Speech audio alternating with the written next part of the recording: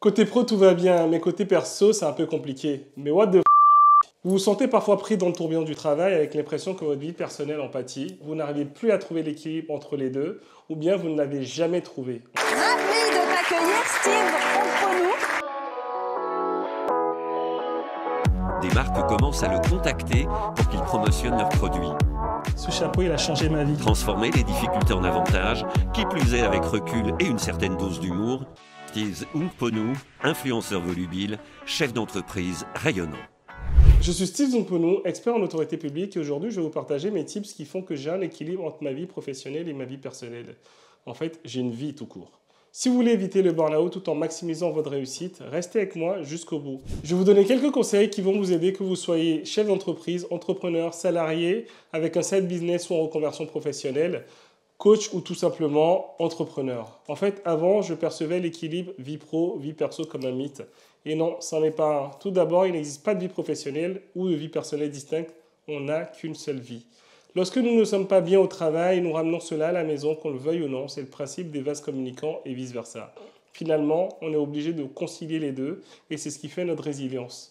Comme beaucoup s'entêtent à le penser, non, il ne faut pas sacrifier l'un au profit de l'autre, il suffit de s'armer des bons outils. L'astuce numéro 1, c'est de planifier avec précision. Utilisez un agenda ou des outils de gestion du temps pour planifier vos journées et semaines. Identifiez les priorités professionnelles et personnelles pour éviter les conflits.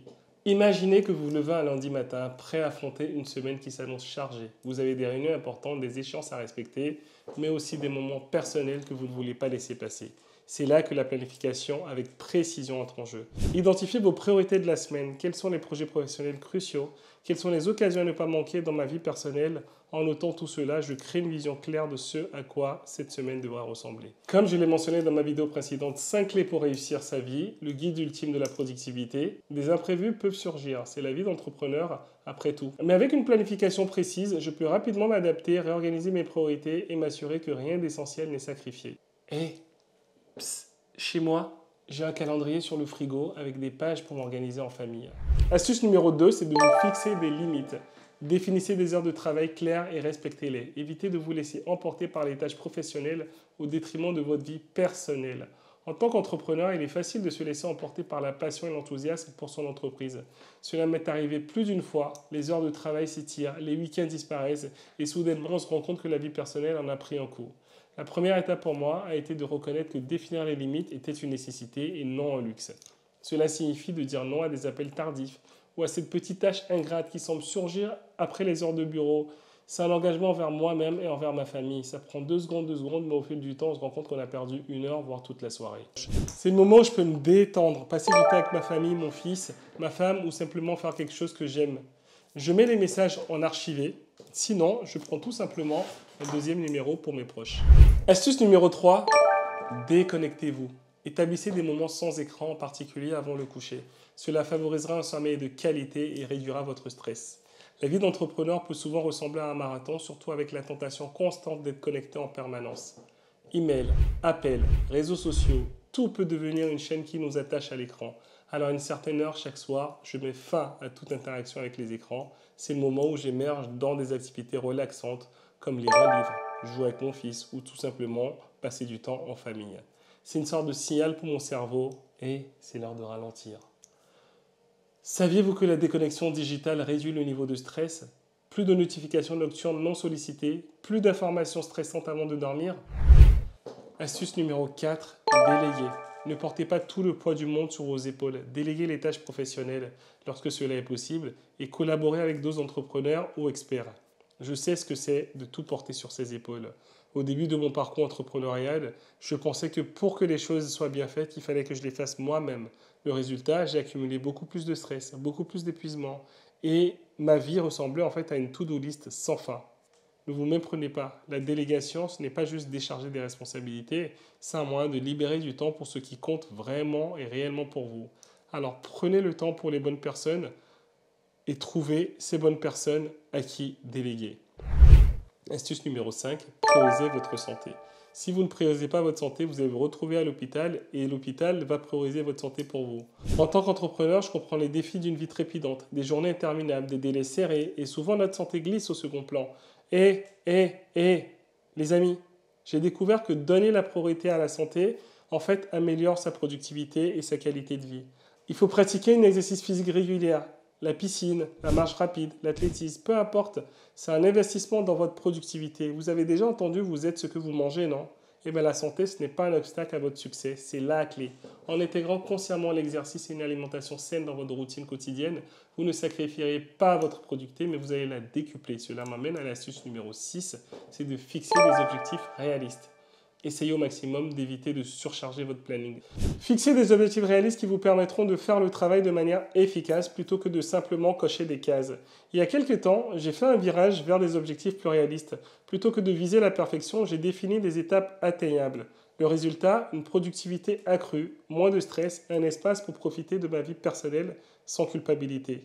Astuce numéro 7, c'est de créer des espaces dédiés. J'ai rapidement compris que mon environnement de travail joue énormément sur ma productivité. Travailler depuis le canapé peut sembler confortable, mais cela peut être un piège pour la concentration. C'est là qu'entre en jeu la magie des espaces dédiés. Créez-vous un espace où chaque élément est pensé pour maximiser la concentration. Cela peut être un coin dans le salon, un bureau dans une pièce séparée. Peu importe, tant que c'est votre espace de travail sacré. De la même manière, il est crucial de créer des espaces personnels déconnectés du travail.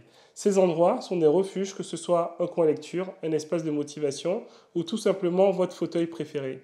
Lorsque vous êtes là, le travail est laissé derrière, favorisant une transition mentale essentielle. Astuce numéro 8, pratiquer une communication claire.